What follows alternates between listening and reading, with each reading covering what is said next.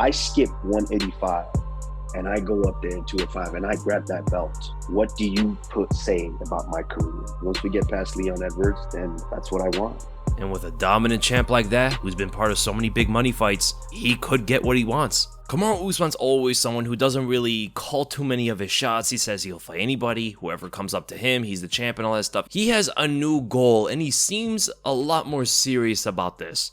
Kamaru Usman is saying that after he beats Leon Edwards the second time, he's looking to jump up to 205 pounds. Before, I didn't really believe it, but looking at his interview, he looks a lot more serious about it. And a guy that's already clean out his division, lapping the guys twice, he does want to jump up to 185 because Israel Adesanya's there and he's the champ. They're close, they're friends, all that stuff. So he says he's going to look up to jump to 205 and do something no one's ever done before, jump up 2 divisions and win 2 belts. Now, even though it seems pretty ridiculous, I mean, the size difference between Usman and the light heavyweights is pretty vast. I mean, those guys I think are like 30 pounds heavier on average. Usman walks around like 200 pounds. Those guys at light heavyweight are walking around like 225, 230. I am always up for someone trying to chase history and try to do something spectacular like that no one's ever done before, especially for a champion. They would have to clean out their division. And even though I don't think it would be done, I don't think Usman would beat the champ at 205 no matter who it is. And of course, we're supposed to think that. Even with Henry Cejudo, we're supposed to think that a guy 2 divisions lower is not going to be a guy 2 weight classes above them. But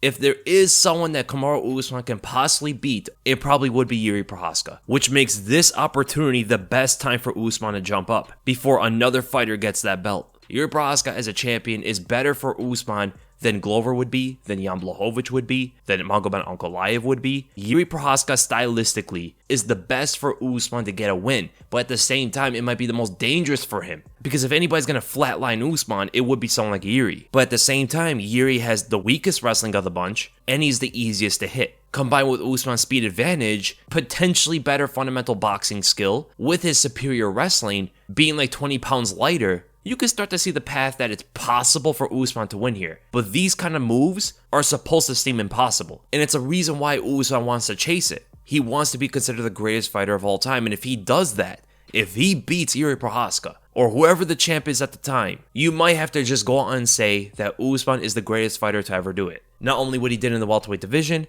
but then jumping up 2 divisions, something that GSP did not do, and beat a guy that much bigger than himself, it'd be very hard to not consider him the greatest fighter of all time. Now, on paper, when it comes to styles and skills and all that, Usman is ahead of most of the light heavyweights, but he runs into a roadblock when it comes to the size difference. The 30-pound difference is going to stop a lot of the wrestling advantages. He has good power in his hands, but all those guys hit harder than him. The only thing that Usman's going to have above any of the light heavyweights, if we're going to talk about this seriously, is a speed advantage, maybe a confidence advantage, and possibly even a hunger advantage, as this will be something that would motivate him. Chasing something that no one's ever done before is always a great motivator. And for the light heavyweights, they're going to be looking at it as, okay, I'm fighting some small guy, I'm supposed to beat him. And a lot of times they can go into the whole mentality of, okay, I just can't lose to the smaller guy. I mean, it's still a fight. Anything can really happen here. I can't lose to this guy because it makes me look really bad. But honestly speaking, man, I don't see Usman beating any of them. He loses to Glover. He loses to Jan Blachowicz. Definitely loses to Magomed Ankalaev, Alexander Rakic.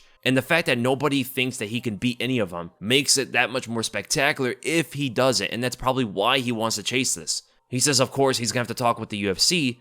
And we already know what the UFC is going to want. They're going to want him to fight Hamza Chimaev. Everybody else he has already beaten up there. It's a bit of a wonky situation because Nate Diaz is having this whole thing with the negotiations. He wants to fight out his contract and stuff. The UFC wants him to fight Hamza Chimaev. At least that's what it showed in the plans. So a monkey wrench did get thrown into this because of Nate Diaz. And what do they do then? Do they just throw Hamza at Usman if he does beat Leon?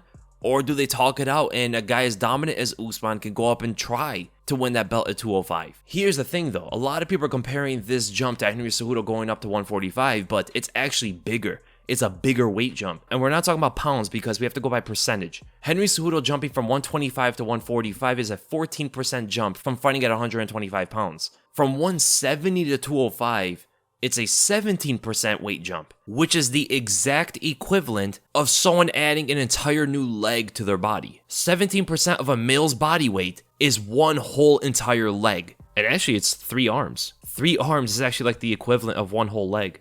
I didn't know that. So as crazy as it seems for Cejudo to go up to 145, It's even crazier for Usman to jump to 205. Combined with the fact that Henry Cejudo going to 145, he would still be one of the best wrestlers in the whole weight class. Not a lot of guys are going to be able to wrestle with him, even though they are bigger. And by striking skill, he is ahead of a bunch of those guys as well. So technically, Cejudo is not just above a lot of the 145ers, he is way better than a lot of the 145ers, but he would still lose to the majority of them. With Usman going to 205, a lot of those light heavyweights have great takedown defense, they're either good wrestlers or good grapplers, and even some of them are better striking-wise than Usman. Some of them have better striking skill than Usman, which makes Usman's case even crazier. Cejudo has a much better chance of being successful at 145 than Usman does at 205. So, I would love to see it.